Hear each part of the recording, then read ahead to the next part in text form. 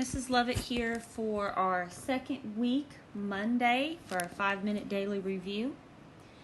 We're going to start with choose the best synonym. Remember, synonyms mean the same. Number 1, concise. If I say, I would like you to be concise with your explanation, that means answer please out loud or on your own at home or write it on paper. It means brief. Number 2, informal. If I say, we are going to write informally today, it can also mean casually. Transparent. This shield is transparent. I can see through it. So it means clear. Okay, insert a comma after the introductory part of the sentence. So introductory clauses are dependent clauses. Remember, dependent means it needs something else. It cannot stand alone. So introductory clauses are dependent clauses that provide background information or set the stage for the main part of the sentence. So after a while is our dependent clause. It cannot stand by itself. That is not a complete sentence after a while. But we went outside to play could be a complete sentence. It is independent. It can stand alone if we capitalized we. So after a while is setting the stage for we went outside to play. When I asked my mom, she said I could go to the movie.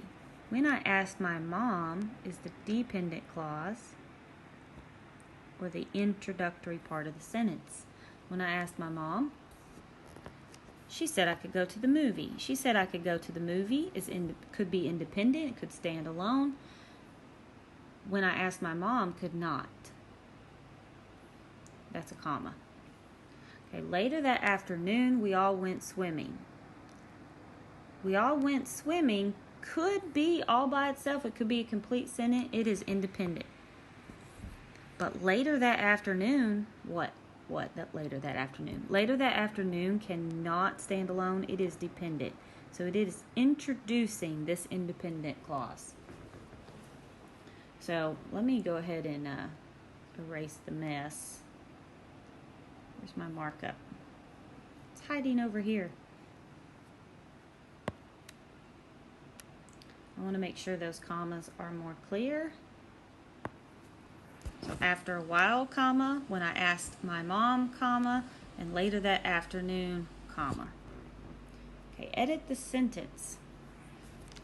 Reagan's Aunt Clara is a biologist who works for SeaWorld in San Antonio, Texas. So number 1 rule, we always capitalize the beginning of a sentence and proper nouns. So Reagan's, and this is possessive, so we want to put the apostrophe, Reagan's Aunt Clara. And since we're naming a specific aunt, we want to capitalize her title of Aunt Clara, and her name, of course, because we always capitalize proper nouns. Reagan's Aunt Clara is a biologist who works for, and SeaWorld is a specific place, so it is a proper noun as well. SeaWorld in, and so is San Antonio. I've been there just once, but I did not get to go to SeaWorld, unfortunately. And I spelled that. A-N-T-O-N-I-O,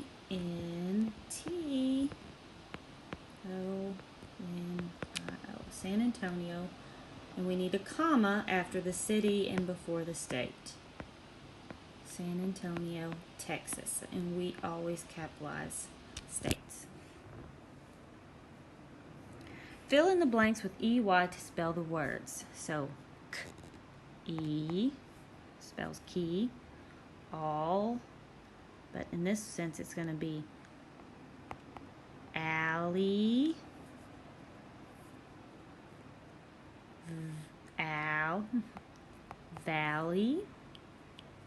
Write a rule for spelling the long E sound.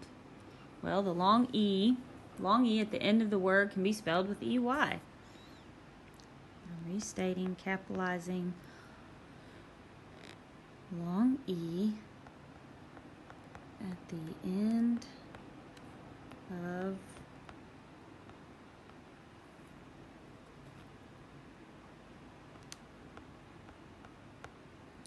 of a word can be spelled with EY, period. Circle the prepositional phrase. Now, if you remember from the vocabulary song, I'm going to play a little section of it. Preposition. It tells you about a thing and its position. When it went down, so now listen. If you're riding through the city, then you're not missing out. We kept skating and son, you be amazed that I saw. Okay, anyway.